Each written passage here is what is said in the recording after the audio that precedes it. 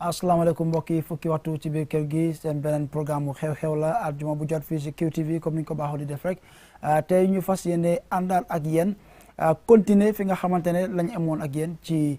ñaari semaines yi passé ndax réew na mbir ne am na lu xew ci réew mi ba tey loolu la ñuy waxtaane te yaakaar naa fii bi ay at ci kanam dina bokk ci li nga xamante ne mooy séeb li nga xamante ne mooy waxtaan ci réew mi rawatina ci wàllum wér-gu-yaram kon ma amaat mbégte kontaan te dalal fi ñi nga xamante ne ñoom laa seexal tey plateforme bi di bàyyi xel suma naataango Modou Lamine Diouf naka noonu tamit ñi nga xamante ne ñoo ñu dee faral di toppa wi bu jot ci programme bi kon tey am nañ fi ki nga xamante ne nag moom ci kër gi la bokk moom doot gan waaye ma bàyyi suma waa ji mu nuyoo ba pare sëñ bi. waaw góor gi. di la nuyu bu baax di wax ne am naa mbégte beneen yoon ndaxte bési àjjuma moom foog naa bés la si bési. lu tax ma ne bés la si bési mooy ñu koy xaar daf lay bëri lool. ñun tam ñuy sawar tam pour war koo def caméraman yi sax ak contrôle ñoom ñëpp ay content pour war a ñëw fekk si programme bi. ndaxte ñoom ñi leer na ma ne bu ñëw bokk si ñi nga xam ne dañoo am secondary information si lu war a xewee fii. mbégte boobu nag laa am moo tax maa ngi ko gërëmee yàlla di wax ne tey incha allahu rabi gom naa ne 1 hour 22 minutes bu des ñu nag borom xam-xam yi nga xam ne junjoon nañ ko ñaari semaine si gannaaw dina gën a yaatu baax a baax si fu réew mi toll comme ni ko ML la waxee. fu mu toll nii si réew mi. jërëjëf Ahmed suma naataango Bibi Birame Diop wala góor bu ñaaw. ak moo bëri tuur nag naka woon sa week. alhamdulilah xanaa kay xam nga rek liggéey télé moom yombul yam ko gën a xam. waaw ndaxte yow yaa léegi mujjanteli enjoy si li nga xam ne mooy nekk di dem. waaye foog naa jar na ko te foog naa tam ne xanaa kay nu réew mi di demee rek wàllum dund gi. ñu ne ma laaj la ogi. waaw loolu jamono primary school la woon te am soo ne use moo si jaar waaye loolu moom dama ko tegee boor ndeg loolu around 1991 92 la woon gannaaw bu nga xam ne kon ñu bàyyi noonu comme que tarik la ñu bàyyi noonu ndax xam naa fi nga jëm nijaayam moo ñu ko laan def ko waaye ma bàyyi ko noonu. xam naa fi nga jëm kon ñu bàyyi noonu mbokk yi kon suñuy gan ci biir kër gi tey xam nga rek mooy li ma wax wàllum wér-gu-yaram la ñu waxtaane ba tey ndax li xew ci réew mi dafa mel ni fii ba at bi jeex bi ay at ci kanam du ñàkk ne dina bokk suñu waxtaan. last week before last ñu ngi fi woon di waxtaanee li nga xamante ne moo xew mu doon lu daw yaram xale yi nga xam ne ñoo ñàkk seen bakkan te gëstu wone ne garab bi nga xam ne lañ leen jox bokk na ci li waral loolu am mu waral nag ñi nga xamante ne ñooy député yi ci réew mi ñu oote woon ndaje bi nga xamante ne bokkut sax ci seen normal session yu ñuy am li ko waral nag mooy am solo bi nga xam ne ñoom it cër bi ñu jox lii xew. lu ay di jàmbat waaw mu nekk loo xam ne tamit lu doy waar la ñu oote woon ko ñoom kon loolu tax ñu amaat fii kenn ci ñi nga xamante ne si select committee bi la bokka mu doon vice chairperson bi na moom la njebal mu ñëwaat mu doon suñuy naataangoo di suñu brother honorable Modou Lamine Bah nga xamante ne moo toogal waa Banjul North ci National Assembly bi moom duut gan ci kër gi la bokka fi mu ne da yàgg nañ ak moom keneen ki nga xam bi nag lañ am moom toog suma boor bii bi tey nag am naa lu ma métti waaw ndax man nag moom bachelor toog suma boor affaire la ci man. waaw bachelor moom tax ñoo yàq réew mi dañ leen waroon a yokkal tax ñun borom jabar ñu wàññil ñu ko. waaw ñoo yàq réew mi de. te wax dëgg yàlla coono bu. te dafa sanse nag looloo ma ci gën a métti. sanse kilifa la def bi moom waaw. waaye ñu bàyyi honorable mu nuyoo. waaw jërëjëf Eso suma xarit suma goro. ak daanaka suma naataango yu nekk si plateforme bi yëpp. di jël nuyoo bu njëkk bi nag di ko jox askan bu ñoo seetaan si njiitali waa Banjul North comme noo ko waxee. waaw waa Banjul North daanaka amul lu ñu jaralut. te ñoo waral tey ñu nekk député si néegi député yi. ba pare suñ jógee si loolu tamit di nuyu waa Gambia yëpp di seize opportunité bii nag pour daanaka jaalewaat képp famille boo xam ne was affected si daanaka lu limbe Gambia ne xale yu gaañu bu yàggoon ni si loo xam ne ñu ne la fa am daanaka la fa relate ak yenn garab yoo xam ne ñoo ñëw si réew mi ba nga xam ne ñu ngi suffer from ACUTE mooy AKI di acute kidney injury ba yàlla def 70 of them ñu gaañu si diggante bi di wax parents yi rek ne ñu ngi leen a jaale di leen a yokk a muñ te di ñaanal xale yi tamit yàlla xaree leen aajana suuf sedda seen kaw métti na waaye ñu dinaa muñ te yàlla def na ñun nuñ ko commencé daanaka suñ jënee xuus ci waxtaan bi dineen dinaa leeralal askan bi jërë ngeen jëf jërëjëf honorable Bibi waaw say boobu moom du ganet ci man ndeysaan moom it mu nekk ku baax bokk ci ndaw yi nga xam ne ràññee nañ leen lool ci seen advocacy work bi ñoo def di taxawal ndaw ñi rawatina seen wàllum àq ak seen yelleef waaye tamit ci li nga xam ne mooy développement yi ndaw yi ci réew mi mu bokk ci ñi moo liggéeyal mooy ñi nga xam ne ñooy gestu bépp xibaar boo xam ne ñu ngi ko joxe te du dëgga ñoom dinañ ci indi leeral mi ngi leen xamee ci fact check kon say boo ñu nit am nañ mbégte ak kontaante tey dalal la ci xew-xew ci biir QTV jërëjëf kontaan naa maa ngi nuyu honorable maa ngi nuyu askan bi di leen wax ne kontaan naa trop toog fii waxtaan bi xam ne dafa am solo te depuis affaire bi door man si activiste yi ak advocates yi ñuy nekk ak victime yi di waxtaan comme nu ñu war a solver problème bi tamit ñuy wax ak stakeholders yi comme nu ma ko waxoon fii rek reach out nañ to National Assembly ak yooyu noonu yëpp so maa ngi kontaan nekk fii tey waaye xam naa ne suma olof bi daal strongut noonu boo dama try waxtaan ak askan yi ñun tamit suñ taxawaay bi si affaire yi xale yu gaañu ni te man tamit maa ngi jaalaat man ak parents yi ñuy wax every day waaye ma di wax ne seen méta bi méta yi Gambia la te ñu yëpp a ko bokka ñooñ seen doom yi ñoo dem tey ëllëg kuy dem kenn xamut comme taxawa ak gars yi di leen wax ne ñu dal seen xel yi te am soo ne National Assembly bi moom nuñ starté nii force ñu yëpp dañ fondé comme dara du si génna waaye ñu gis ne National Assembly at least ñu ngi ñëw ak measures yoo xam ne dañoo mun a get to the end of this issue tamit parents yi dañoo kontaan si ñun ñu bugg a mooy justice ak accountability waaye wax bi si dooree rek dañoo dugg si loolu incha allah Bibi kon foog naa fi mu ne ñi seetaan sax am nañ an idea of liñ fas yéene waxtaane ak am solo bi nga xam ne moom la suñ gës yi tey ci kër gi am na soo xoolee honorable taxawaayam ci wàllum wér-gu-yaram foog naa loolu réeréwul kenn ci réew mi rawatina ci liggéey bi nga xam ne select committee bi dama bëgg a jël rek balaa ñoo commencé waxtaan bi gën a ubbi bunti waxtaan bi nuyu ñi nekk ci select committee bi ndax ñu ne su nit di liggéey bu defee loo xamante ne pour njëriñ ñi ñëpp la war nga koo mën a rafetlu ràññee koy tamit gën koo encourage wax di gaay ne yàlla di select committee at the National Assembly am naa opportunité bi cover ñaar ci seen committee hearings yi te li ma fa gis ñu bugg a seen réew ñoo fa ne ci committee boobu leen kon jërëjëf to the select committee ñu ngi naa encourage ñu continue ak train boobu noonu waaye Bibi waaw ma bàyyi la rek ubbi waxtaan bi fi mu ne jërëjëf nañu doore ko ci honorable mu wax ñu ci fii nga xam ne la gaay toolu ndax am na développement yu xew ci diggante yu am solo bi mu fi jógee koo tey waaw so bala ma ñëw sax mooy man tam bëgg na register suma appréciation maanaam suma content bu baax a baax si dafa baax nga oote ñu ñëw lu tax ma wax loolu mooy ama ñëpp xam ne ne Medicine Control Agency ak muy Ministry of Health ñoom ñoo nekk ndey mbili bi te c'est comme ni National Assembly dem nañ ba woo leen muy di Select Committee on Health ñu ñëw joxe muy lu nga xam ne moom la leen séentoo ba loolu mu sabab discussion am solo si suba ba ngoon loolu foog naa dinañ war a wax muy gàcci ngalama ndegte am ñu ñëpp demoon nañ ba di lose hope si yooyu institution waaye li ñoo wax rek mooy su nekkee da nga yéex a yëngatu da ngaa jox nit ñi ñu am suspicion pour war a wax beneen fànn waaye am na yaakaar ne lii c'est que ñoom dañ ko njëkkee woon si starting bi ñu kon mi bi sax wax mi du doon suree nii waaye gàcci ngalama ñoom gannaaw bu nga xam ne ñëw neen meet di Select Committee on Health because maa ngi ko doon seetaan si gars yi seen am live streaming mi si National Assembly bi waaye di wax ne daal insha allahu rabi gëm naa ni ama lii leen soxla si ñoom suñ leen laajee ñu tontu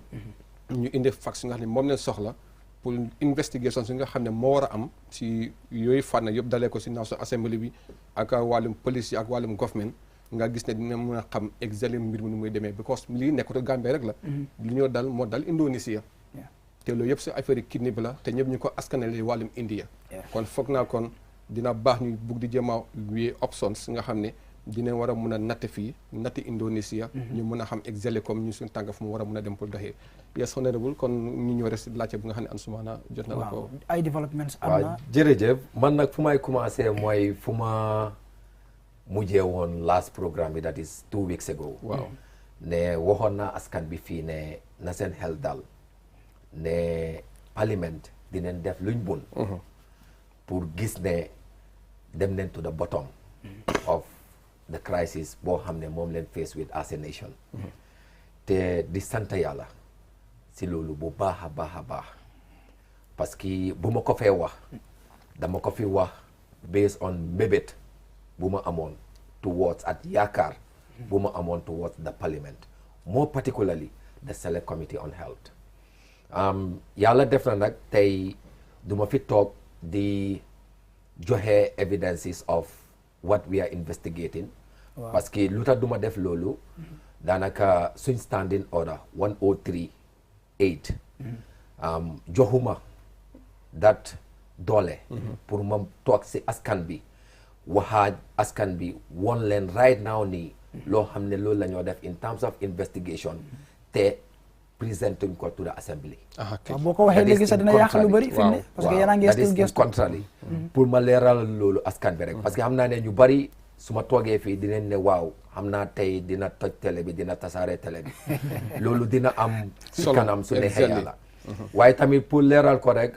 Mr Diop wax na ko fii ak la fa nekk loo xam ne daanaka in 1990 happened in Nigeria and ñu ngi laa wax ne according to reports research buñ def parce que ñun tamit ñu ngi si research bu métti daanaka pour wax la dëgg rek for the past weeks pour ñu nelaw comfortably du leen mun a am parce que lii daf ñu yitteel daf ñu yitteel boo xam ne dañ war a def luñ mun as individuals as a group as a team pour make sure ne the outcome of this ñu ñëpp gis nañ si suñ boppa ne ku nekk def na si effort according to suñ research bu ma def I understand ne Nigeria in 1990 amoon nañ cases daanaka 47 of them of the children passed away Indonesia bu yàggul nii rek about 200 cases already 100 passed away lii mu nekk indeed a very big concern te luñ la wax yëpp mooy it is connected to all these syrups from India mu nekk loo xam ne ñun lii is a wake up call pour ñun ñëpp as Gambians daanaka as people living within this country lii mu nekk loo xam ne tamit ne war nañ see taxaw especially ñun góor yi taka suñ beltay suñ digay ba mu dëgër gis ne lii du mun a amaat si réew mi te naka leen ko mun a defee rek mooy lu nekk foog ñu teg ko si yoon te yàlla def na parlement comme doo ko waxee rek commencé neen te duñ commencé mooy lu waa teg si table bi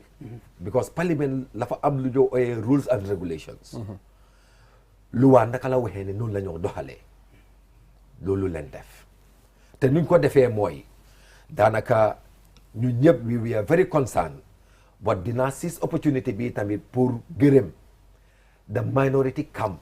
of parliament xam nga parliament dafa am majority ak minority but minority bi they are very concerned te minority bi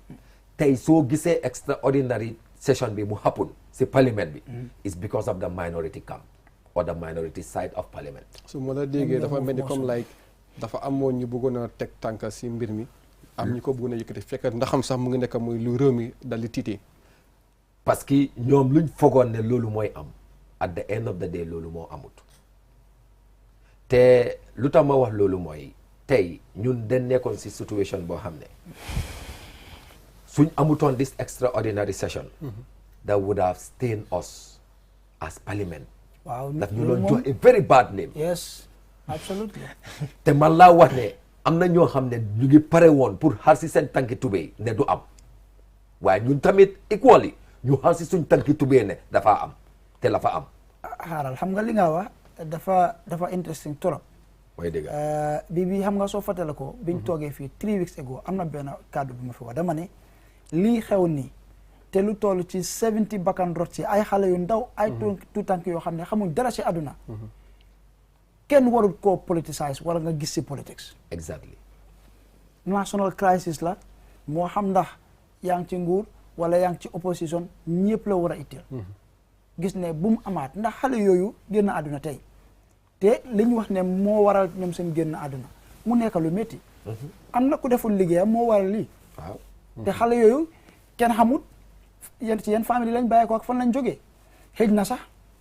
seen ay waajur ñii ñu ngi ci opposition bi ñii ñu ngi ci nguur gi kenn xamut. kon li itteel ñëpp la problème yi ñëpp la. waaye li mu wax nii nag moom man tiital na ma. boo dafa mel ni politique mu ngi see feeñ. gis nga si monteur yëpp amee right now nii maybe let's say 1 o'clock yow sa bos mu am 5 sa bos bokkut ak nit ñi mitabaan because of yow da nga nekk out of the line. ida sa bati moom moo jeex mbaa maybe dañ ko manipulate. lu tax ma wax loolu mooy comme den toll si jamono bu nga xam ne wér-gu-yaram mooy aleel. te ndegam da nga xëy suba teel respect time 8 o'clock nga wàcce 5 yaakaaruñ benn lapsus bu nga xam ne mooy waram na tax ndaxam sax ñoom duñ fa mën a toog because of investigation mu ngay dem moo tax gisuñ fi MCA gisuñ fi tam mooy anyone from the ministry. loolu ñoom seen pàcc bopp la pour nga xam ne ñu ngi leen koy xaaree maybe later. waaye foog naa ne comme ne lii yëpp yóbbante la bu nga xam ne ñoom dinañ ko mën a defal. at the parliament because ñëwoon neen fa ku nekk xam ne ne tàngoon na. waaw tàngoon na lool ñu ko doon seetaan ñu bëri seen xol seddoon na because léegoo léegi soo muntu mbéj doomi aadama mun loo ko jot am na ku la koy mën a defal nga kontaan si tuuti ndaxam sax fekk doo nekk yow sa mbébét. waaw lu tax ma wax loolu rek mooy xam na kàllaama bu ma ko waxee dafa xaw a jóg tuuti si kaw. waaye lii yëpp dafa nekk lu nga xam ne comme ne xel mooy war a mun a am yaakaar ne fu ñu ko doon xoolee ñu faa ñëw pour àgg. mooy si cappaandaw ñu mun a xam lan ak lan moo manqué ñan ñoo responsible ñu ko war a mun a rectifier nga xam ne comme ne never again nga boo wax ne ko si affaire naan ay jame never again bi nag fii la baaxee mooy si affaire wér gu yaram. waaw loolu am na solo foog naa ne man lu may def rek mooy pour continuer. te lu may continuer mooy pour yëgal askan bi ne yàlla def na comme nu ma ko waxee rek. di gërëm minority camp bu nekk ci parlement bi ci seen taxawaay te tamit gis nañ tamit taxawaay yi the office of the clerk. even the office of the speaker. gis nañ taxawaayam ci mbir bi ba yàlla def mu antu parce que loi mooy suñ constitution laf ñu jox ne ñun parlement o ñun parliamentarians yi mun nañoo oote lu ñoo ooyee extraordinary session boo xam ne bokkut ak daanaka normal session luñ lee toog su fekkee ne ñun fukka ak juróom that is quarter of the parliament sign neen pour oote based on any public emergency te fu mu nekk nii yàlla def bii ñëpp a ko war a ñu nekk si public health emergency. waaw bii ñëpp a ko war a sign. yàlla def na nag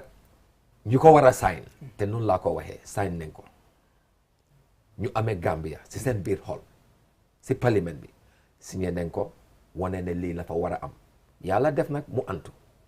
bu mu antoo tamit maa ngi gërëm parlement yëpp parce que parlement yëpp wax neen seen concern d'accord neen si kaddu a motion was moved by the minority leader ne den bugga assign select committee on health boo xam ne yàlla def na tey maa ngi fa as the vice chair ne gars def all the necessary investigation ba pare report back to the assembly fii ba on the 30th of November that is end of next month before or on the 30th moo nekk the last day war ngeen a gaaw gars yi jox non ñun already yàlla la fa defoon sax ne ñun commencé woon neen la fa mel ni comme dañoo continuer rek te su neexee yàlla ñun am nañ yaakaar comme noo ko waxee yàlla def na you were able to have access to some of our meetings gis nga ne ñu xarañ ñoo nekk si committee boobu te pare neen pour get to the bottom of whatever happened as far as this national crisis is concerned te ñun comme nu ma ko waxee si doorin ba ñun duñ dellu gannaaw si dara duñ dellu gannaaw parce que tey am na families yoo xam ne are affected no fii kay réew mi according to record réew mi yëpp is affected according to record ñu ne 82 cases leen am si réew bi 70 bi yëpp gaañu neen waaye ñun tamit ñu ngi def suñ képp su lay kattan te xam naa ne tamit ministry bi tamit dina comply ak ñun comme nuñ commencé ak ñoom ak all the relevant stakeholders te tamit dama bëgg a leeralal askan bi ne mbir bi fu mu nekk nii it's not only about the Ministry of Health ñun personally more particularly me myself su fekkee ne yow am nga any idea of importance boo xam ne dinañu dimbale si suñ investigation come forward. waaw loolu am na solo. because dafa important parce que lii suñ ne nañ ko daanaka tënka si groupe bi wala groupe bi rek dina isi problème. ñun ñëpp ñoo toog fii ñu ne is a national crisis. xam nga lu tax so la fa mel ni comme ne ñun ñëpp comme nu ko suma broda waxee ñun ñëpp a war a ñëw together. more particularly ñoo xam ne they have the expertise in terms of what is really happening parce que tey soo bàyyi xel there are so many committees in parliament but the parliament decided to assign the select committee on health specifically to do the investigation and report back to preliminary so da ngaa gis ne lii tamit la fa am solo si lu ñoo def te xam naa ne ñu ñoo seetaan right now nii they will take it upon themselves to reach out parce que soo bàyyee xel binda la moo nekk ndax man pour man it doesn't necessarily mean binda comme lu may wax mooy it's important because xam naa ne dinañ am lot of hearings more particularly in terms of reaching out to ñoo xam ne their expertise in what we want to find out because lu bari lii mbir boo xam ne la fa limbe réew mi te lu limbe réew mi we cannot take it lightly te tamit su ma ne we cannot take it lightly nekku ne comme like dañoo dem di xeex déedéet dañoo dem def luñ war a def loolu la angale di lee wax ne dañoo make sure ne dinañ conduct lu ñoo ooyee a robust and a holistic investigation mechanism pour get to the bottom of this. bëgg naa say boobu mu ñëw parce que xam naa ne moom bokk na si ñu nekk di engage victims yi tamit am nga ñu ngi am liggéey ñoo def ak ñoom te gis naa ko ci peaceful engagements yi nga xam ne am na rawatina sax si vigile bi son naa ko fa nga xam ne demoon nañu wax pour ñaanal xale yi nga xam ne ñoo génn àdduna waaye ma bëgg a fàttali honorable Leena li yóbbante la pour select committee bi réew mi yëpp fi mu ne seen yaakaar ak future yi health system bi Gambia seen loxo la ne fi mu ne ndax investigation bi ngeen naa def li ngeen naa yóbbul parliament ak action si ñoo jël after loolu mooy determine suñ future as far as health in this country is concerned rawatina wàllum garab so fi mu nekk yéen en bu rëy ngeen am fi mu ne te réew mi yëpp yéen la yaakaar so the reason sax ma dee wax ne lii national problème la ñi famille yi nga xam ne seen doom yi xam nga ñàkk nañ ci seen doom yi ñooñu fine di nga wax ne suma doom génn na ci àdduna waaye even ñi nga xamante ne sax ñu seen kër yi they are not affected in some way they are also psychologically affected because te sa doom dina feebar nga ragal sa pour jokko garab nga ragal sa pour yóbbu ko lopitaan kon képp koo xam ne waajur nga tey Gambia am nga tiitaange loolu leeraloon naa ko fi si suñ first programme bi ne the misconception communication strategy bi dafa war a clair nu ñoo communiquer ak askan bi man suma boppa bu ma taxawee si extraordinary session bi recommend naa ko as part of our TOR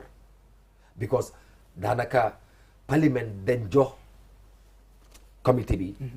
TOR that is term of reference nu ñoo doxalee waaye ma ne leen ne nañ si aat ne we must have a proper communication mechanism in place nga xam ne communication bi will be very effective ba pare seen hearings yi bu leen ko dugg si ron table bi de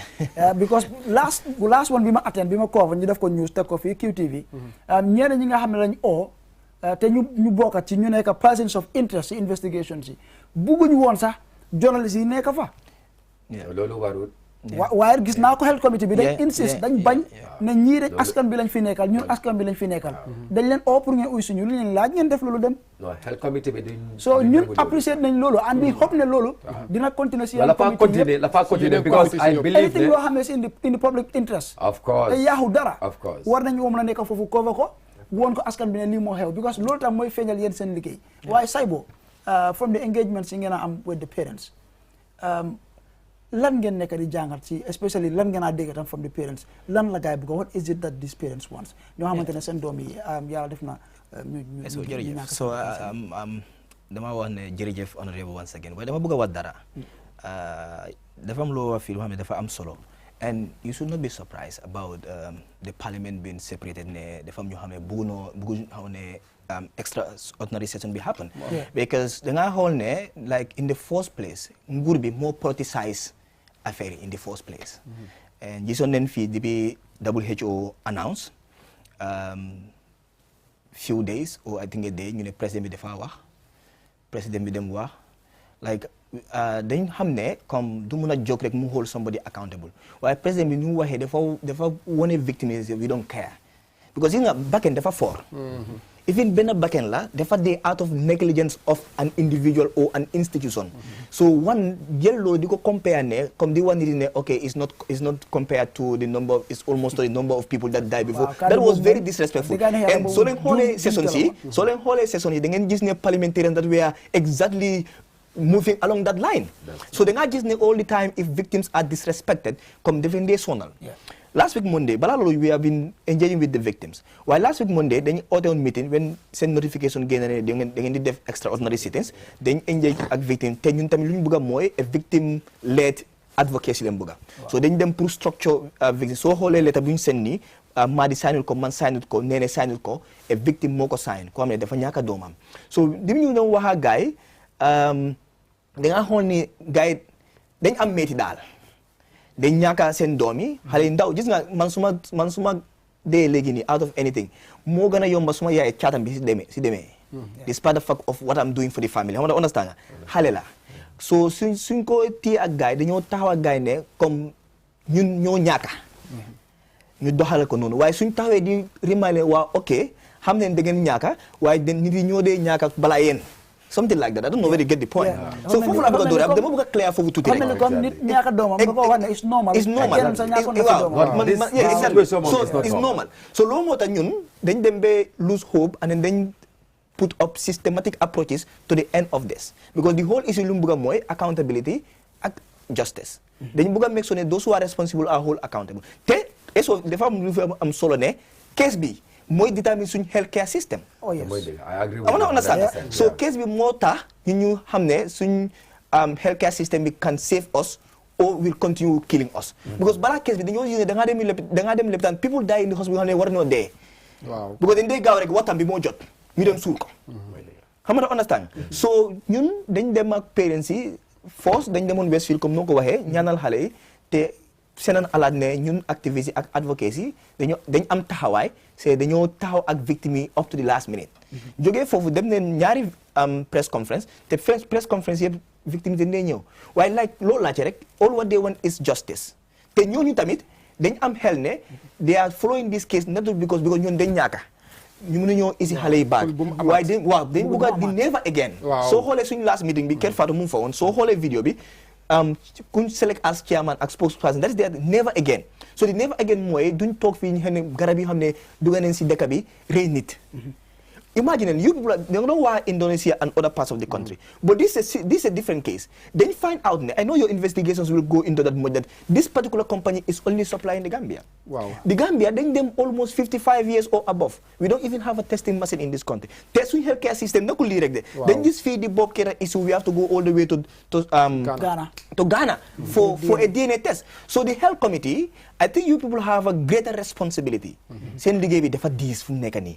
lii moo ko génnee rek waaye lii nekku teeleen ko war a wax ne suñ healthcare system bi dafa war a robust dañ ko war a intensify te président bi wax na dara si speech am bi xamante nga bàyyi ngeen ko xel mooy there are laws that govern importation of medicines in this country am na ñooñu man duma wax si loolu because moom ñëw na power since 2017 xam na ne loolu naka la luwaay ñu fa weccul ko benn nit yi ñàkk seen bakken ñu wane loolu as excuse dañoo waaye loolu tamit mën na dugal seen investigation yi ngeen let's look at the laws look at the luwaay ñu fa nekka ñu intensify leen understand waaye lu man di wax mooy victimes yi lu ñu bëgg mooy justice te justice bi nekkul de ngeen di joxe nit yi 1 million gis nga the whole issue of compensation to death in this country dañ ko war a seetu bu baax du ma ñàkk suma doom du ma ñàkk suma mbokk nga ma ñëw jox 50,000 100,000 can that replace a life yéen du xaalis moom du xaalis understand xaalis nekkul xaalis du leen faju dara foo nga jël jéego because lu xew mooy loo moo tax I will come back to the same thing ne eso ak honorable ne gis nga dëkk bi poverty leen war a fight gis nga nguurul def day xam ne ñun dañ ñàkka ku ñàkk a xam ne su amee ndew du am añ waaw mun si naxa ne mbakken la ñàkka waaye soo ko joxee 100,000 koo xam ne du dee mën a am 50,000 naka la 10,000 in 3 months 4 months def koo jël waaye naxari bi du ko mën a jënda xaalis boobu te loolu xaalis bi daf koo lekk rek waaye du ko faj dara so lu ñoo def mooy fu mu nekk nii suñ yéen a nekk suñ gémmeñ yéen a nekk suñ kaadu yéen a nekk suñ bët yi and seen investigation moo gën a important because ñun gis ne police yi launch an investigation waaye lu leen génne waaye wax naa ko si TV ba ne lu leen di investigate in the first place so dañu war a bàyyi suñu xel et so ñun ñu bugga nii mooy ñu ne victime yi we want justice dañ bugga thorough investigation bi mu laal all angles and then you have they are responsible and they are seen as perpetrators. Let them come to light, and that's why my public hearings we really like that. I wish they as they are victims and they talk, and some of them you want and send them in nakala day. Well, like I can tell you this for free. I hope sir. I've been in line with them. Committee bi di ngeen invite victims yi tamit. No, they are very central. Lolo is very important. Comme lu ma wax rek. Duma dem to the genesis of what we are to do. Yes. Because la fa mel ni comme maa ngi preempt of what is going to happen. While ñu ñëpp we understand by looking at things. There was negligence. We understand that. There was also mandate given to certain officials and they didn't do what they're supposed to do. But come we are not here to preempt. Yeah. We have been given all the powers, all the mandate to investigate by the assembly. Ñun tamit dina def suñ kem to like katan comme nuko suma brother waxe. All what they need is justice. Foog naa ne ñun suñ boppa ñu ñoo dina soxla justice parce que man situation bi nu ma ko nekk di xoolee it's not about ne comme like ne awma kenn ku dee suma gox wala awma kenn ku dee si suma family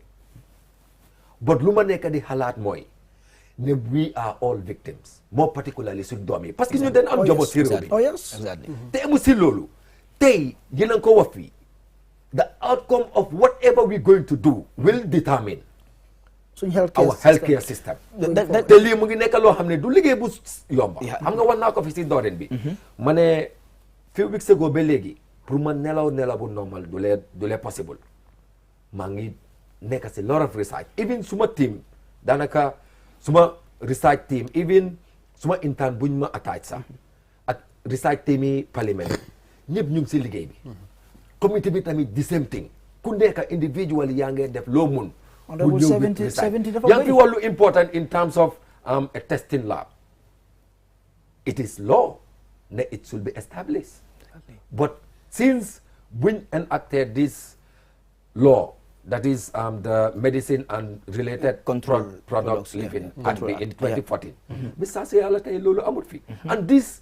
foog ñu taxaw si lii dañ si war a taxaw bu baax a baax a baax lu tax ñu war see taxaw foog naa ne fu mu nekk nii réew mi loolu tam man lu may wax mooy is very important even at the level of parliament gis nga the issue of budget dañ ko war a bàyyi xel bu baax te yàlla def na ne ñu ngi dem suñ fourth ordinary session bi next month mbiri budget bi dañ ko war a gëstuwaat bu baax a baax a baax more particularly ñun fu mu nekk nii nu ñu war a gisee mooy lu ñoo oyee programme based budgeting dañ ko war a bàyyi xel dañ si war a taxaw parce que tey foog ñu war a deal with the specifics of any item that is presented to the parliament because dañ ko bàyyi xel tey su ma ne su for example ministry of basic education ñu ne dañoo sampa school ñun parliament am nañ that war nañoo am that right yaa ngi understand pour am even access to the BOQ yaa ngi understand gars yi justify ko ba nga xam ne ñun suñ taxawee in terms of approving dañoo ne lii de is justifiable te duñ am si loolu we should be monitoring we should be monitoring te ñun problème buñ am mooy if you look at what is happening in this country ne waxante digga rek let's say for example last 5 years ba léegi lan nga maa wax mooy development in terms of infrastructure in terms of services lan mooy development lan leen achieve in terms of development bu ñu ko wax parce que xam nga lu tax lu ñëw ici si parliament bi in terms of budget la faa nekk recurrent te recurrent bi yëpp is about salaries per diems these are things that we need to look at. No, like seriously. No, kama wala dara. Ñun ñu ngeen nekk parliament boo xam ne we are a parliament boo xam ne den am vision. Te tamit den war a work on our mission. loolu tam ma ne foofu laa bëgg a ñëw. gis nga non duñ ko mën a yaaxa xam nga lu tax duñ ko mën a yaaxa gis nga réew mi la fa am fu mu toll fu mu nekk nii te ñun ñëpp dañ ko war a jëlee noonu ñun ñëpp ñoo war a toog réew mi baax wala ñu nelaw réew bi yàqu te ñun duñ nangu loolu parce que xam nga lu tax at the end of the day ñun ñëpp dañ war a xam ne ñun suñ amutoon Gambia du am waaye tamit ñu understand ne Gambia is bigger than all of us. waaw honorable te lii lu ñu ko mën a jox loo rek mooy wax naa ko fi waxaat naa ko fi foog ñu believe in nationalism foog ñu believe suñ ne ñun ñoo moom Gambia. honorable te loolu su fekkee ne man soo gisee may waxee nii I believe ne la fa important pour képp koo xam ne mu ñëw seetaan moo particularly National Assembly members yi nen xam ne National Assembly bii moo tudda di parliament lu tax ma ne di parliament bi la fa war a uti ak képp parliament boo xam ne musta moo am si réew waaye foofu la bëgg na ñëw I think man wax naa ko ak suma interview bari ne nit yi am nañ yaakaar si 6th legislature te few people like you not because we are in this panel soo leen waxee fu nekka dañ dee mën a am hope and yow ay ndaw ngeen am ngeen énergie bi waaye nga la moo yaxa Gambia parliament bi all out from the first republic is léegi nii loo fi complain partisan politics gis nga loolu moo ñu sonal wax na la 2019 to early 2020 dama liggéey ak parliament loolu loo wax ni seen the whole entire budget is about recurrent salaries per diems you will not see serious allocations to issues of national development doo ko gis si budget bi understand because you ko yaakaare si grant exactly but the same budget moo dee approve like noo ko waxee gis nga health committee bi nekkut yéen ne they are one of the most efficient committee you can when Sila was there Sila was proactive to ensure that things go right but sometimes noo ko waxee it's about partisan like foofu nekk the majority in the parliament right now da nga gis ne dafa am ñu xam ne dañoo ñëw si parliament bi dañoo fàtte ne ñun ku ñu votal dafa am ñu xam ne yow yaa ngi fa tey dafa am lu votal xam ne nekkul sa parti waaye because loolu la dee wax ne parliament most of the time lu ñu dee xool mooy nit ki nekkul parti bi waaye parliament dañ dee fàtte lii c'est soo leen bàyyi seen xel Gambia yéen a ko amee suñ lekka bi yéen a ko amee suñ xam-xam bi yéen a ko amee. non exemple rek mooy Halifa Sallah. understand mu ngi PDOIS. exactly ñëpp a ko jox di. waaye xoolal lii this is discouraging seen extraordinary settlement bi is so discouraging and disappointing for the Gambian people we are talking about an health emergency. public health emergency. ñu ngi toog foofu di ko politicize. loolu daw na yaram de. as important as like the Ebola. Demba barki Demba should have just been everybody going of solutions of naka la ñoo demee forward ne ko di toog foofu di take sides ba di xëy di daxante si parliament bi that was disappointing and every time ngeen dem parliament ngeen def dara it gives us an alert to determine the kind of parliament we have again. I will quote you are the parliament so be that parliament and moving forward yi nga dëkk bi dañ dee am investigation all the time léegi nii QTV seen caméra bi sax si daane sax ñu sampa investigation investigate but investigation yi dañ dee des like you said seen TOR bi mun loo ko enclose fii we understand the standing orders and all of that waaye lu ñu bëgg a wax rek mooy investigation is one part but the actions and what the investigation inform moo gën a am solo si ñun ak si victimes si ak si dëkk bi and te loolu du mun a am si holding personalities accountable déedéet we are expecting a robust and intensified institutional reform. We need an institutional reform in the health sector. nga ñu bëri dañ fo ne comme ne suñu waxee réforme dañ koo tënk si security reform. waaw loolu du wax bi. wala génne nit keneen. loolu du wax na. du loolu gis nga man maay bokk ñu xam ne dañu bëggoon na Dr. Samate resign. man bokk naa suñ ko bëggoon. waaye tamit that is just to set a pace. waaye gis nga is beyond individuals at some point. Wow. It's institution. Because fu mu nekk nii even Dr. Samade si demee even though ba tey maa ngi bëgg a mu dem keneen ki ñëw if the institution like the institution si boppam wàllum naka la health sector bi. Wow. suñ ko change suñ ko reformul rek the individual will gonna face the same thing. Gis nga la alama envy rek gis nga ne the amount of corruption yuñ gis si health sector bi from the COVID-19 crisis to now. waaye Samade si boppam ñëw na parliament. waaw mu ne there's so much corruption bi nekk di am si. He was forced to whistleblow. I can tell you that for free. He doesn't meant it. He wanted to massage our ego at that time. Because si ko minute Samade, in this class, one more decide if he doesn't answer those, why do them see TVD one meeting mate? Because more hanga lu was si press conference ami. Wow. One, blame WHO for coming out because they talk on information. They were sitting on information. The case is that Dr. Bide, they must see a better platform at Dr. Bide Kerfat. They have a new slogan. The slogan is preventing the next child from dying. We started with 66. We are heading to 100. And then, since investigation, they want to buy health. They have case you have a report to Wow. Then they they don't even know the cost, but you more than you there. So I hope the investigation have an expert angle. You use experts and get to the bottom of this. Because if they are preventing the next kid from dying, it started with 3, 4, 5. Why can't they have that slogan at the time? That we are preventing the next child from dying, bem aga 70. So luman de wa moy fuma nekka ni man suma waxtan tay moy kontaan na trop ne yang fi tok te fuma nekka di wani ne yena nekka suñ yaakaar. Yeah. Because ñun xamne ne IGB preliminary report am bi doesn't make sense. Let me just put it. Let me just be truthful here. It doesn't make sense. Te wax na ko. Before nga continue mooy mu si affaire yi comme that report because ñoom xam nga ku nekk foog mu am fooy toppee waaw léegi xañ na moom boobu just maybe pour hint la.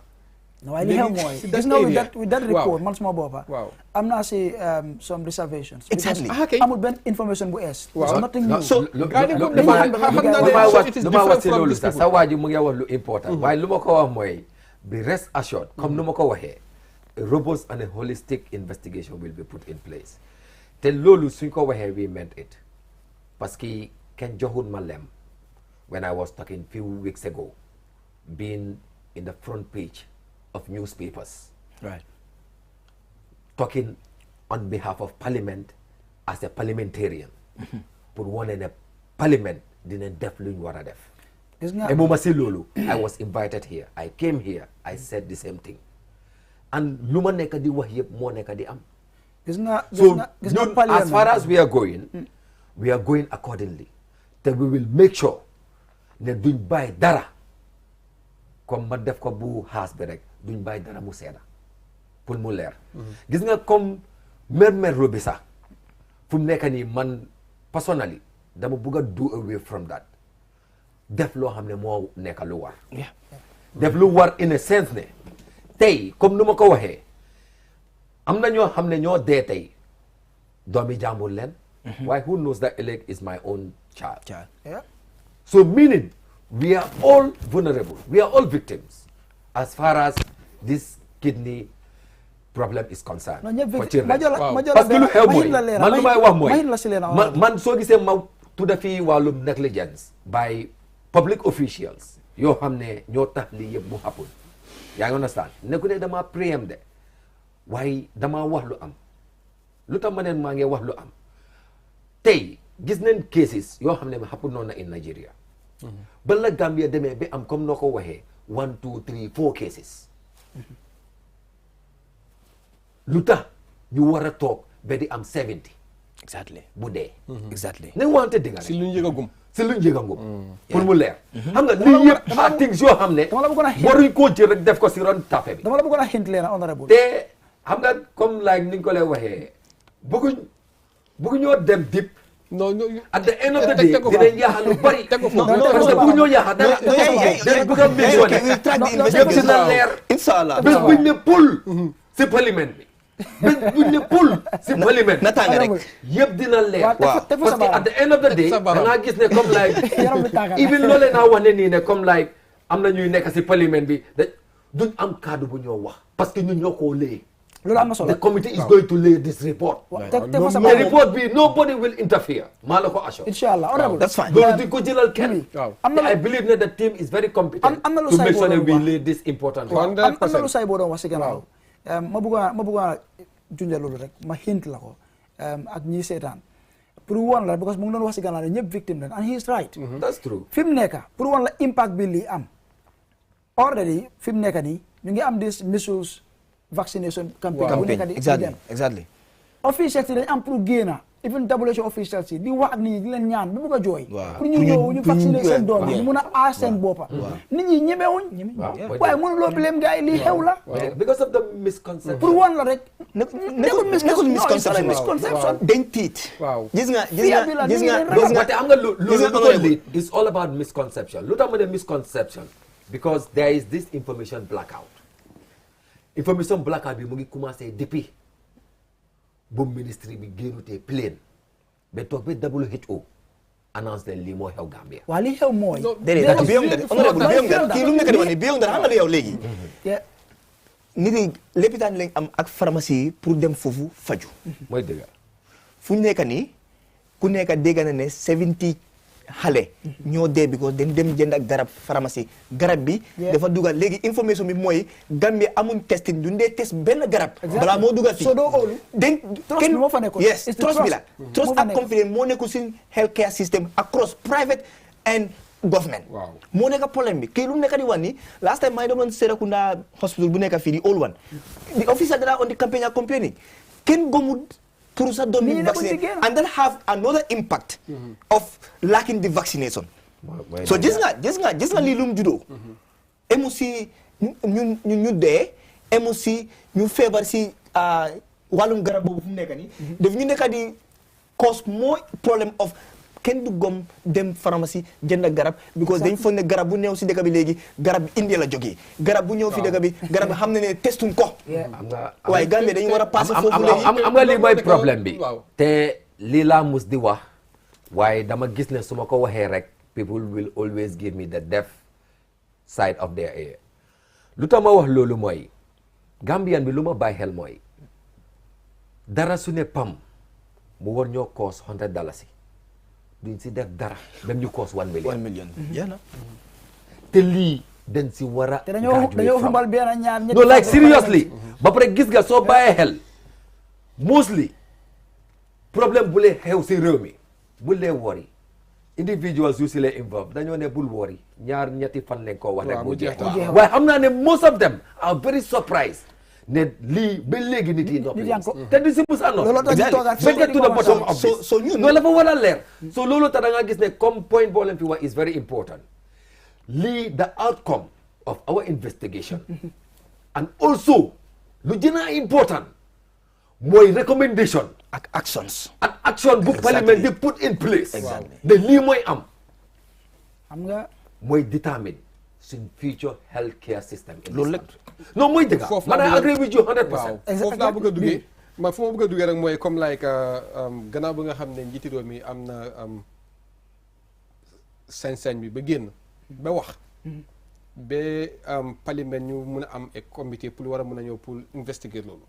police yaa ngi investiguer baax na pour léegi nii nga gis ne after that investigation ñu am di political mooy lesee mooy government seen gis-gis ak seen taxawaay si loolu lu tax moo looloo tey c'est que comme ne dañuy wax ne Maiden pharmacie company bu nekk India moom moo responsable 100% ndax xam sax xam nañ ko waaye investigation foofu mu am lu moo jëm a tëral foog nguuri Gambia nen fàtte ne India lebal nañu xaalis India jox nañu loan jox lañu grant nen teg loolu aside lii is about Gambia and India ñu war a taxaw pour def loolu am soo ni Indonesia ñoom duñ caaxaane loolu because loolu si boppam nekku ne lu nga xam ne si boppam lu ndaw la moo nekk so dafa baax pour after all this thing su nekkee ne comme ne government defuñ si dara mu ngi mel ni comme like nit kuy dox ne nga def ko si biir pax suñu xoolee si nit ñu nekk sa waay gis nga nit ñu nekk sa waay si jamono bu defee loo xam ne mu lor sa njaboot walaay doo ko seetaan soo xoolee si jamono muy am Jaane commission of inquiry yëkkati woon ne jóori recommendation teg government am na lu mu def am na lu nga xam ne su ko ko tegee boor TRRC bi dëgg la def na seen kéemtu lay kattan nangu neen yu bëri waaye xam na ne comme ne dina jël process waaye ñaar loolu rek la si gars yi ak lii dafa ute loolu ak lii dafa ute because lii tey am na loraange bu nga xam ne tey mun na koo dugg because tey léegi bépp garab boo jënd is made in India te diggante factory yu ko liggéey in India yu bëri seen proximité dafa mel ni comme nga ne benn fii Kerwa Avenue beneen Churchilltown beneen Banjul so te xam ne ne comme ne lépp luy dugg si fii nii starting from lekka starting from anything amuñ fi benn façon garab àndaka machine bu ko war a nekk di ko test waxoon ne ko fi si gannaaw te am na nu moo demee man taamu suma doomi feebaree jël na ma 1 week pour ma utal ko muy garabi saxaat because óolu ma doo óolu dem naa si pharmacie bi koo daf ma ko jox ma xool butéel bi xool paquet bi xool lu ma njëkk a xool ma gisuma fa médine ma ne ok fine ma xoolaat seet ndax nekku dañ change even di butéel sa xel du dal su ma xel du dal te fekk xale bi FD jar ma ne fekk tàng bu nga xam ne dafa def ay somta ay an bëri na tey ñoo xamante ne ñu ngee dundal li nga dundal waaw so loolu moo nekk dangerous part of it nag so da ngaa gis ne léegi fu mu nekk nii kenn gëmut kenn that's the point kenn gëmut garab yi so loolu moo nekk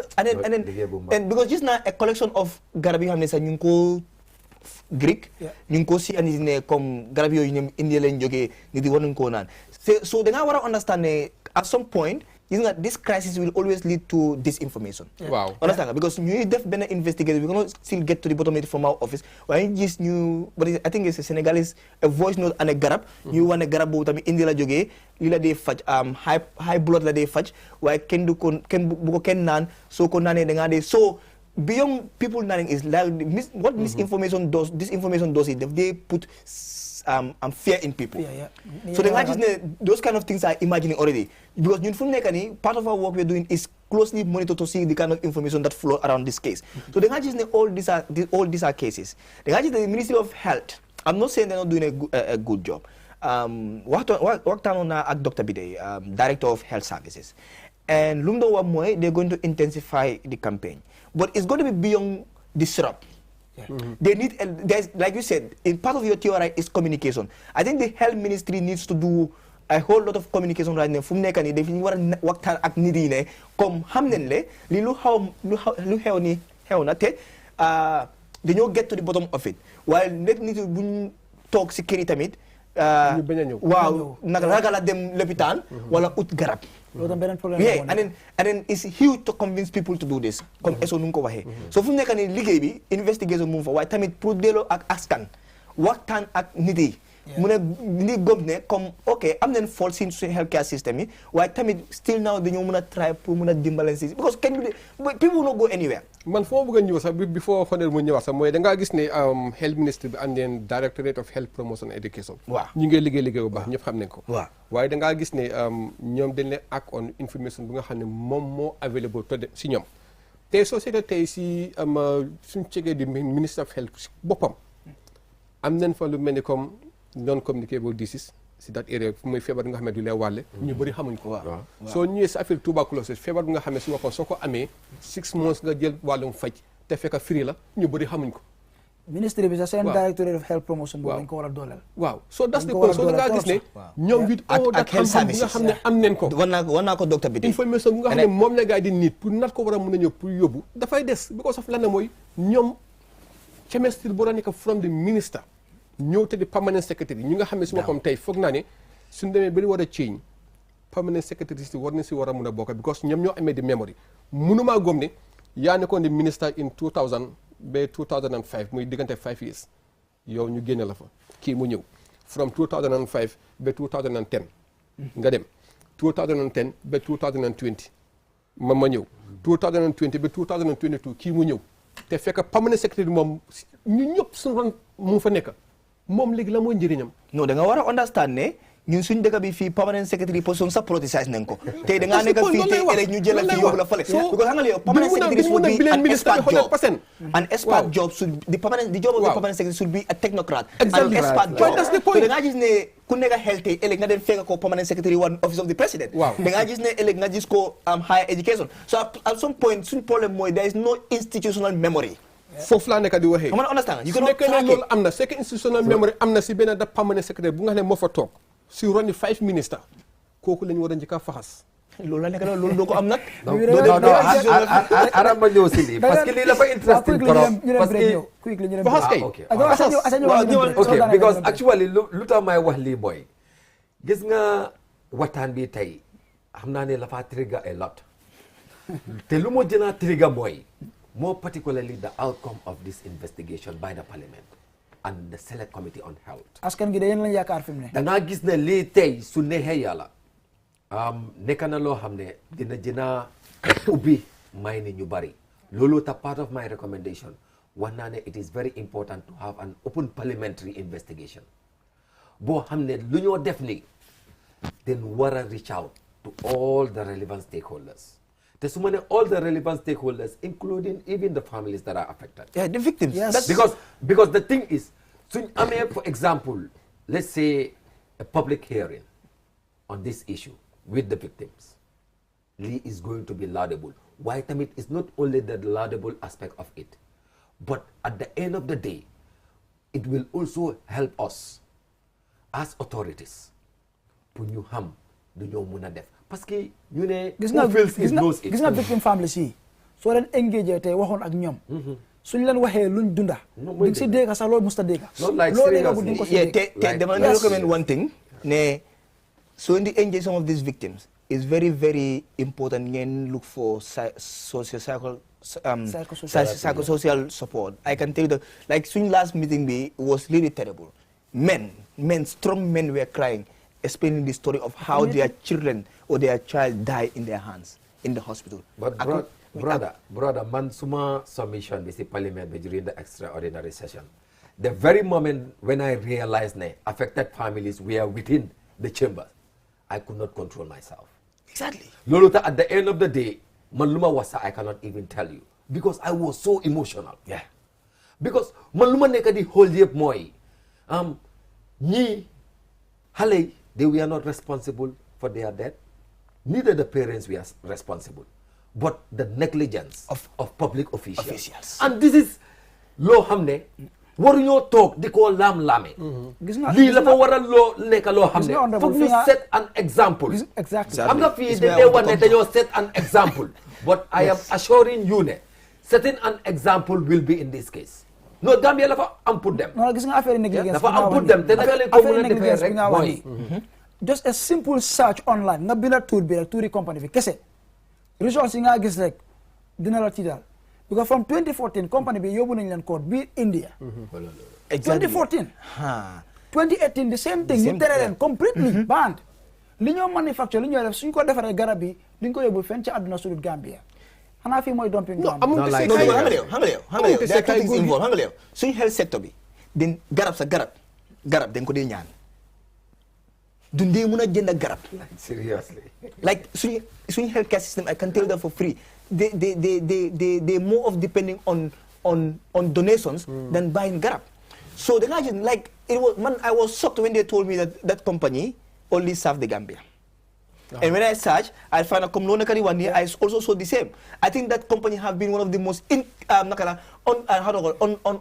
untrusted company if you come to supplying drugs. ñu jël commercial break ñu ñëwaat jërëjëf Saybo jërëjëf honorable Ba mbokk yi ñu jël commercial break bu ñu jël see rek incha allah nañ bëgg nañu ubbi bunti waxtaan bi yéen bi nga xam ne yéen a nekk di seetaan tamit te ngeen bëgg a bokk ci waxtaan bi yeneen ngeen mën a ñëw bokk ci programme bi incha allah gannaaw commercial break bi.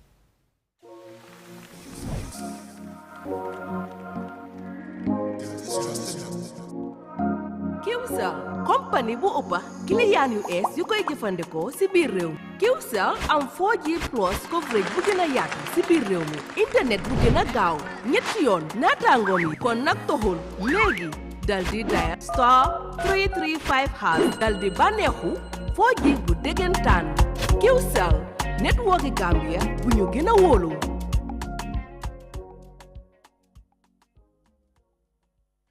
Your favorite QCell service has gotten bigger. eFunkanta. Now you can loan bigger credit amounts to make life easier for you. Loan $75 and $100 and pay later. Yes, you heard me right.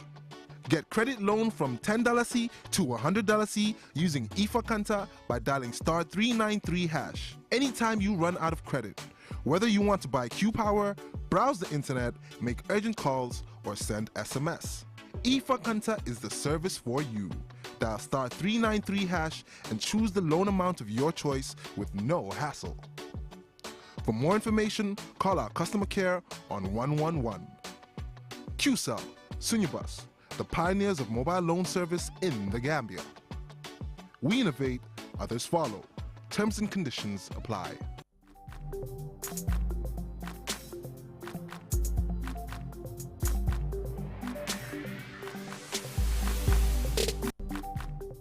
mbokk yi ñu del ci waat ci biir kër gi gannaaw bu ñu dugalee koppar seen programme xew-xew la Ansoumana Sow Ñaasi ak Biram SJO BP wala groupe bu ñaaw ci àndokaay gi tey ñuy bàyyi xel suñu naatango Modou Lamine Diouf moom nag fa tukki woon ndeysaan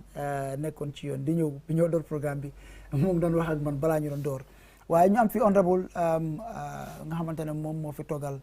select committee bi honorable Ba toogal tamit Banjul North ci National Assembly bi naka nooy tamit Saybo nga xam ne suñu brother la di activiste di liggéey ak fact check waaye tamit mu liggéey ak victimes yi nga xamante ne famille si nga xamante ne ñoom ñoo ñàkk seen doom ci lii mbokk yi bëgg nañu ubbi itam bu mu jokko yi ñi nga xam ne ñooy seetaan bëgg a bokk ci waxtaan bi ñu mën a call ñoom it ñu bokk ci waxtaan bi ci 50 50 505 50 50 505 wala 333 3294 bàyyi ma wax ko benn ndax sama mbokki poli nag moom xam nga xel yi neexut nag 333 3294 mooy nombre si ngeen a call pour bokk ci programme bi wala 50 50 505 Saybo yaa ngi doon wax importance ci affaire yi made in pharmaceutical company bi xam nga man foog naa su dee des anybody ku ñu war a njëkk a xool accountable si li xew mooy ki ñu indil company bi si boppam ok am nañ ku nekk ci line bi hello asalaamaaleykum. waaleykum salaam. sëñ bi tur beeg koy koolee. hello. waaw ñu ngi laa dégg. waaw ma ne dafa am si dama bëgg a bokk si programme. waaw ñu ngi laa dalal. waaw xam nga démb si liste bi ma ngay dégg comme lay people like Sidi Ndiaye xam nga comme Tumo Ndiaye moom noonu ñu clé pour lu nga xam ne dafa développé dëkk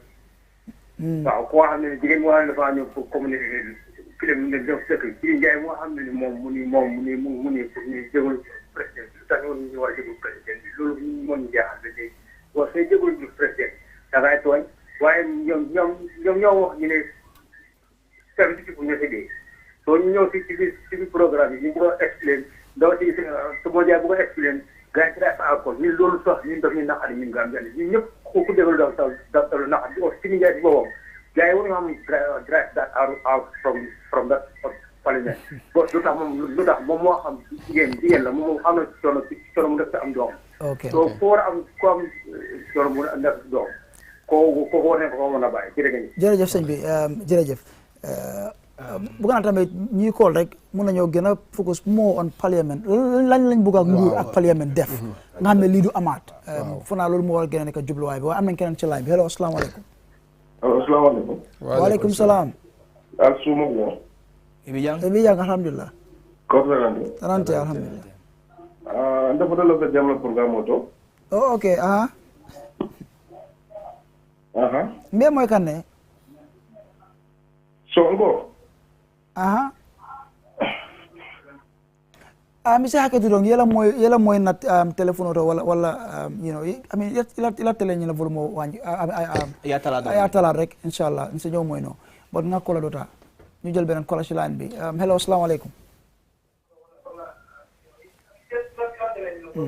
anyways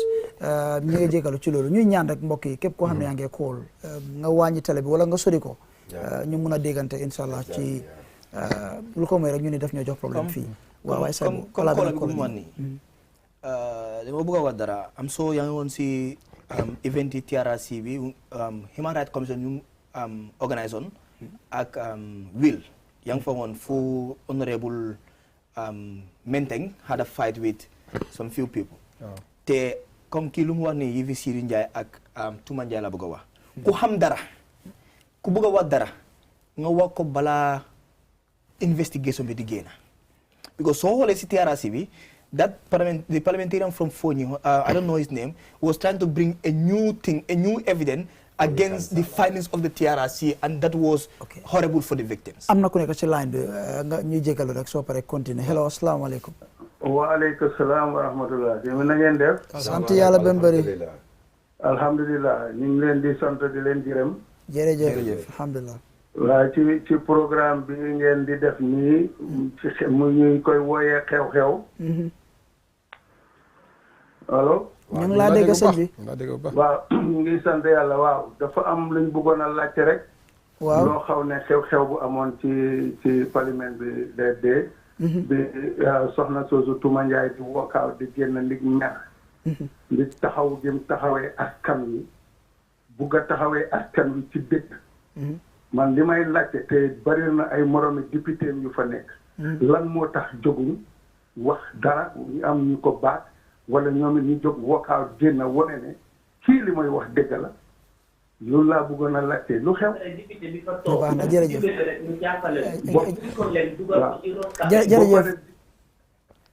jërëjëf oncle dégg nañ laajte bi foog naa. so quickly balaa maa jeexal I think you need to come to this one. waaye balaa maa lu ma bëgg a wax mooy rek. da ngaa gis ne sometimes investigation bi muy on. and we have parties yu xam ne bëgguñoo come forward. waaye dañoo xaar ba investigation bi jeex. because of the whole issue want to be politicized ñu fit some few names to oppose some of the recommendations ak yooyu noonu. so dañ war a bàyyi xel si loolu bu baax te may wax li si suñ parliamentarians ne. gis nga kun politics is life ñun political scientists or ñu xam ne we study politics we accept that waaye gis nga there are certain things are of serious national concern that no point of party and politics will save us. So ñu bàyyi xel loolu si baax ñu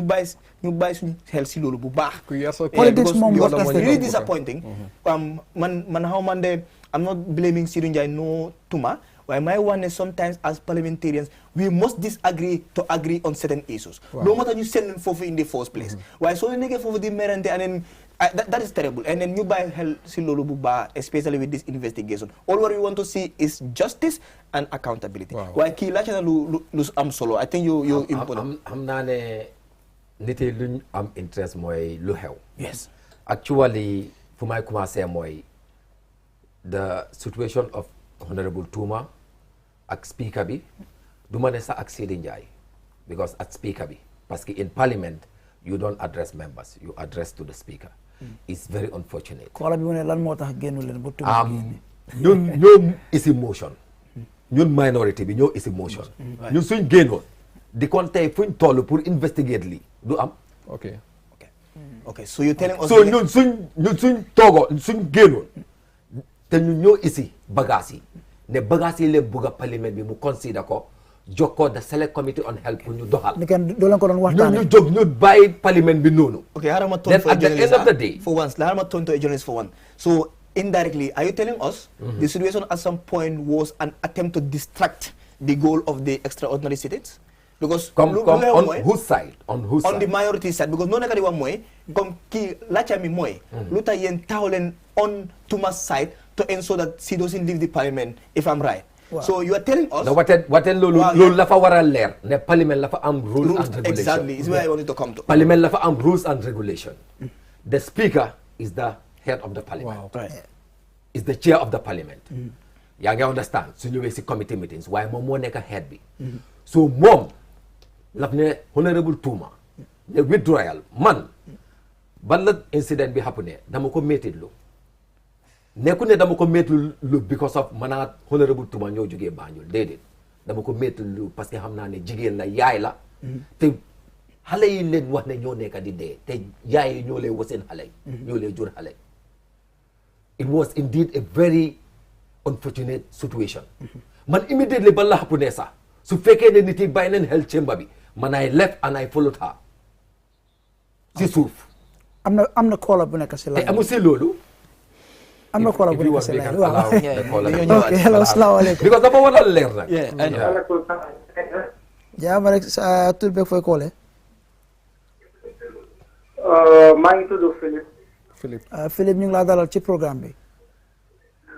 waaw man ma wax dara ci programme bi parce que liggéey dafa daw yaram trop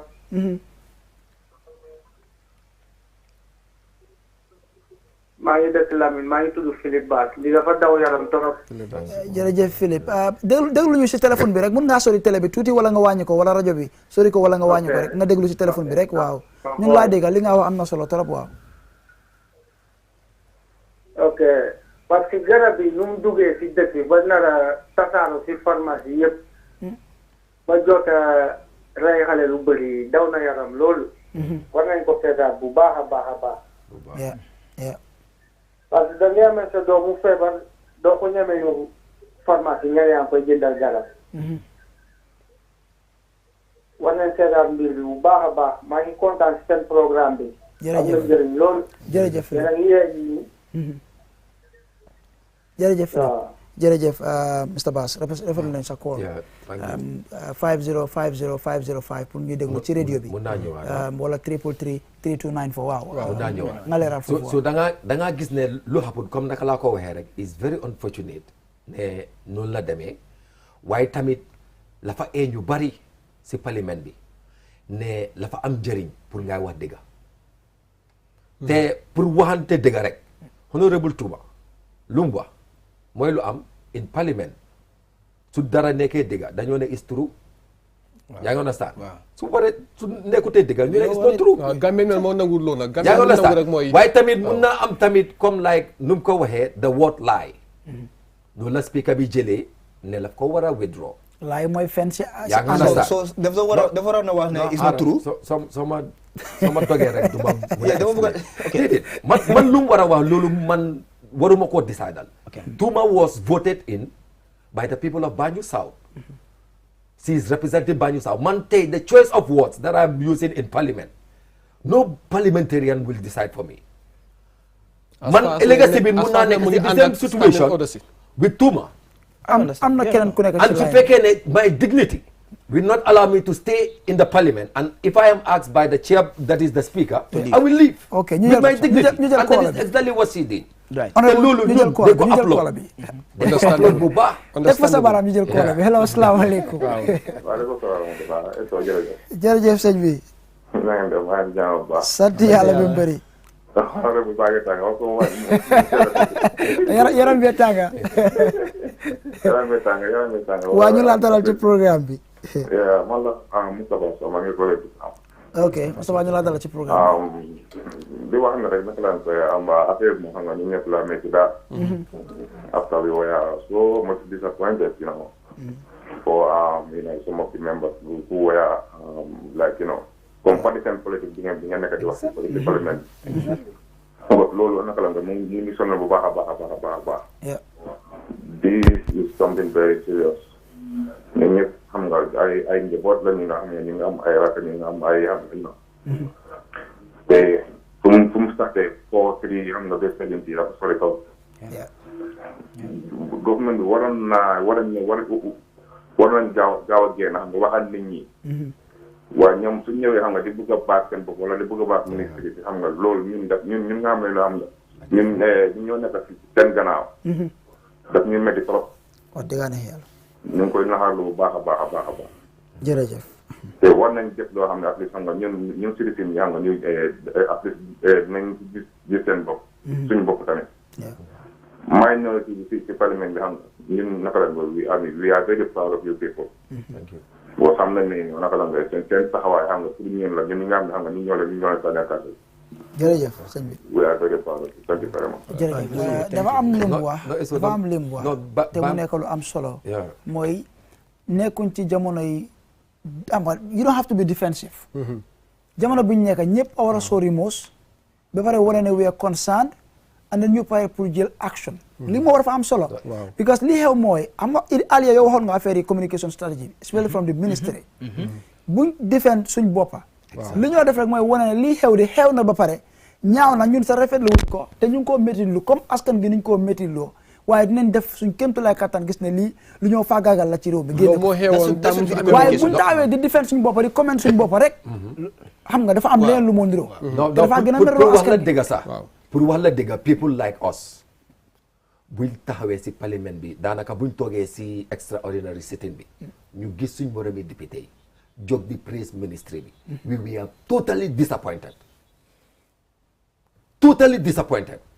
because mbir doo ne da nga koo investigate nga ne yaa ngi koo taga loolu foo ko gis si àdduna wax dëgg ne yàlla suñ boppa dañ ko métitlu wax dëgg ne yàlla because loolu warut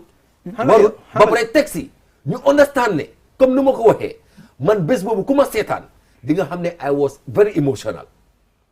parce que ñun ñu dem ba réalise parce que man looloo tax sax ma ekkati wax boobu si parlement bi balaa maa wax dama ne ñu may observe si parlement bi yëpp mooy parents yoo xam ne seen they affected families nii laa ko waxee pour lan pour put an alert to other members pour ñu understand ne victims or families affected are already with us waruñoo wax dara loo xam ne dina leen naxari waruñoo wax dara loo xam ne suñ tëree duñ nelaw waruñoo wax dara loo xam ne ëllëg bi duñ am yaakaar si mu nekk half flag rek. we are very disappointed. to be honest honorable comme nu ma ko waxee gis nga lu xew parliament there is this thing called executive solidarity which is bad. from the beginning of this case dafa am ñoo xam ne dañ wax ne rek ñu taxaw ak ministre bi because first point of call mooy mu ne ministre bi dafa war a dem te ministre bi ñu nekk di wax ministre bi resign nekkul ne lii rek lañ gis de fii la start waaye yu yàgga la gis nañ fii how many millions of dollars have been invested or invested during the COVID-19 waaye ñi dañ taxaw rek ñu ne executive solidarité nekk di def président bi génn na yaay blame parliamentarian mu xam ne they are all connected to the president. président bi génn na. président bi laa jëna ak disappointment mu ne muy njëriñ minister of health bi. war naa ko suma Facebook lu ma wax mooy def ko tànk for killing 66 people. that is dead. Wow, 66 10 now 66 plus. Yeah. So ku nekk si parliament maa ngi doon seetaan extra at some point dama just go offline because at some point dama dem name parliamentarians on social media every day so da ngaa gis ne ministre bi mu fa parents yi ñu fa toog. It was not. And you're thanking the minister. mooy li ma wax rek communication strategy bi la. Thanking the minister. That was a mistake. That was a serious minister mistake. for killing 70 plus innocent children. No, that was disrespectful. That was not even. It was not just being emotionless, but they have been disrespectful. foog naa dama ko fasay doon boobu seetaan am benn man wa kilifa mu ne ma ne am képp ku nga xam ne li météo la lu dal ñi lan yal na la dal. xam nga bii waaw xam nga kooku loolu mu ne képp ku man nga lu ma xam ne li jàngat si météo lii la gis nga man lu ma sa jàngat si doom lii yal na dal yal na am comme ñii nii seen doom yi lu ñu am. xam nga lu ma jàngat si lii ni ñoo communiquer ak nit ñi moo correctut. waaw te foog naa politique bi dafa dugg ci lii ba nga xam ne dañ dee fàtte ne lii xew dafa rëy torop te lu métti la 70 nga compté doomi aadama benn 1 2 3 ba 70 ñu ñàkk seen bakkan te dara waralu ko lu mooy nit moo deful liggéeyam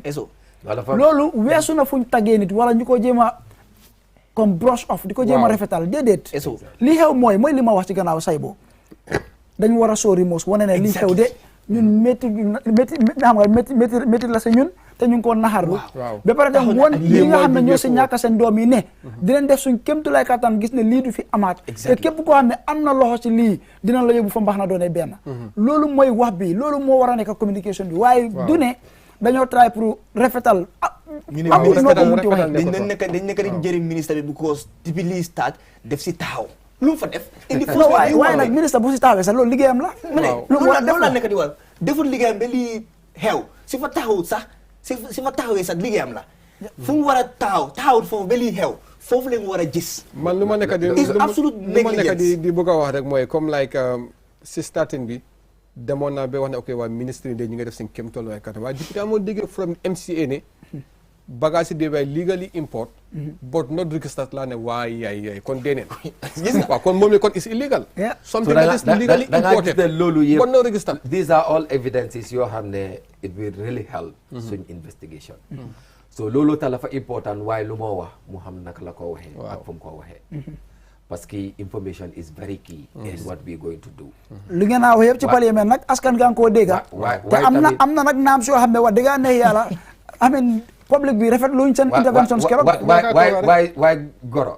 you should not be surprised loolu tam man dama ko fi waxoon 2 weeks ago lii weesu na politics lii la fa weesu politique this is a national disaster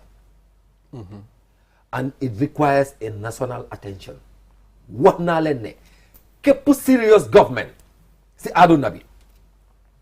foog nga prioritize lu ñoo ooyee wérgu yaram ci sa réew health is wealth waaw te loolu noo ko mun a defee rek mooy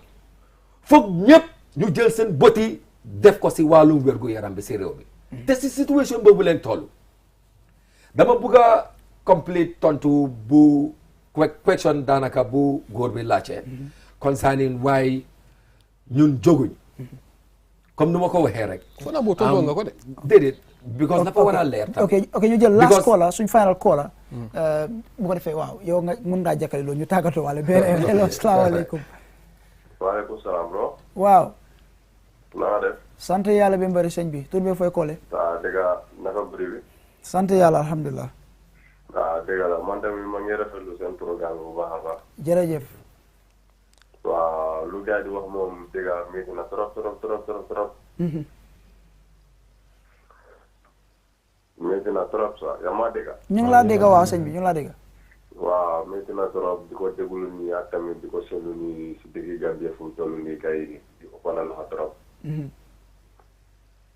lii daal xam naa ne moom suñ jiit yi ak suñ ministre of health bi gis-gis bi lu ñëw ñu de bu baax. ndax lii moom dafa métti de. métti na moom wax dëgg ne yàlla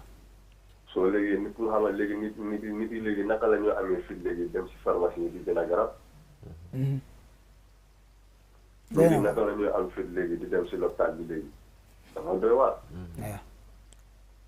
because looy dem rek sa xel bi du toog. da ngaa ne gars yi moom bi waaye sa xel bi du toog léegi. ndax si siidoos ci lañ nekk léegi métti na de. métti na moom sëñ bi jërëjëf ci call bi apprécié nañ ko trop rafetlu nañ call bi trop ñu rafetlu képp koo xam ne call na mooy suñ final call la tey ñu bàyyi honorable mu daaneel bu ko defee say boy tamit waaw tuuti leeral rek laa bëgg a def rek ñu mën a tàggatoo si situation yi Tuma bi because xam naa ne everybody is very much interested waaye ñu won askan bi ne we are all in one basket maa xamal ne 2 minutes lañ desee waaw lu ko métti moo ñu métti lu ko raw parce que lii dafa am fu mu commencé loolu tax Tuma mu réacté nu mu réacté te amutoon benn yoon boo xam ne la fa loon war a dellu gannaaw because su dellu woon gannaaw rek ñun suñ boppa la moo wikk te alhamdulillah mu jël staanam te ñu ngi ko see gërëm parce que wane na ne doomi réew bu baax la te ñun tamit we are in solidarity with her in this nëbbuñ ko fen waaye notwithstanding maa ngi seize opportunity bi rek pour reaffirm the public ne the select committee on health su neexee yàlla dinañ def suñ kémtulaay kattan pour nu ñu ko assembly bi assigné pour ñu def a robust and a holistic investigation to get to the bottom of whatever happened te dinañ def a very good report laying at the end of the investigation te xam naa ne parliament tamit dinañ ñëw with very robust daanaka decision loolu la ñoo sentu si yéen teg fa sa baaraam and it will never happen again never happen again inshallah teg fa sa baaraam waxtu xooj nañu ma bàyyi say boo moom it mu tàggatoo bu ko defee waaye nag seen sitting si bu leen ko def dugu si ron café so man dama bëgg mooy rek dama bëgg a start ne wax ne suñu victimes yi seen leen letter si parlement pour meet ak select committee on health and children dama laa tax